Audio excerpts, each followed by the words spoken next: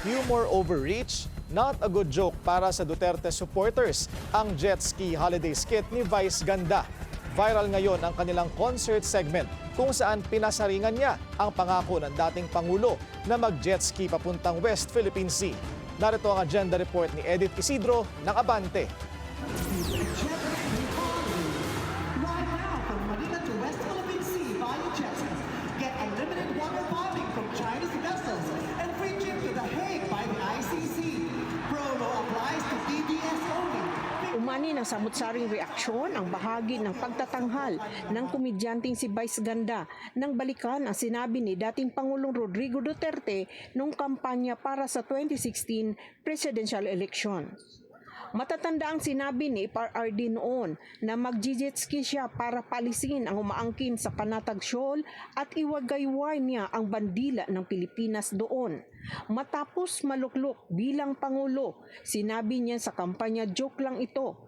At tulad nga ng nakasulat sa video caption ng post, nagalit ang mga Duterte supporter sa joke ni Vice Ganda. Isa sa mga bumatikos dito ay si former Duterte spokesperson Harry Roque. Sa amin lang, that was in utter bad taste. Well, of course, hindi ka naman talaga icon of good taste, no? Dahil yan ang iyong brand of humor, pero sana ilagay naman sa tama. Nanindigan daw si Roque sa freedom of speech. Pero tanong niya kay Vice Ganda, ano bang ginawa sa kanya ni PRRD?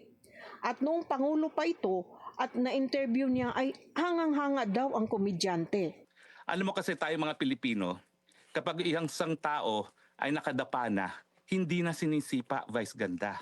Ang ginawa mo, nasa sahig na si Tatay Digong, nandun na nakakulong na, 80 anyos, mamamatay na ata sa kulungan, sinisipa-sipa mo pa. Anong kaligayahan ang nakukuha mo sa ganyang gawain? Nanawagan naman ang ilang taga Davao na ideklarang persona ng grata sa lungsod si Vice Ganda. Nakakuha ang Bilyonaryo News Channel ng kopya ng City Council Resolution para rito.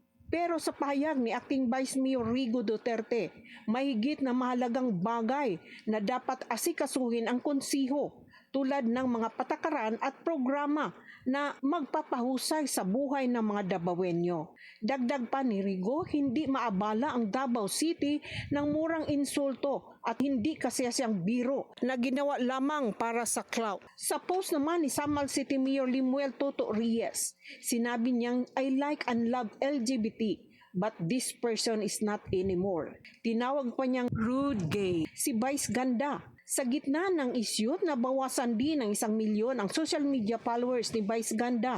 Pero ang mga sumusuporta sa kanya, may open letter kung saan binanggit ang mga ambag niya simula ng COVID-19 pandemic. Ang mga fundraising at pagtulong para sa mga pag-aral ng ilang mga kapuspalad. Banat na mga nag-post kung kaya raw ng mga DDS na palampasin ang kabastusan, blasphemy at rape joke ng isang Pangulo. Pero bad trip sa jet ski at ICC joke ang isang bakla na nakawig. Anong tawag doon? Mga hipokrito. Wala pang komento si Vice Ganda sa issue nga sa ngayon. Para sa agenda, Edith Isidro, Abante, Davao City.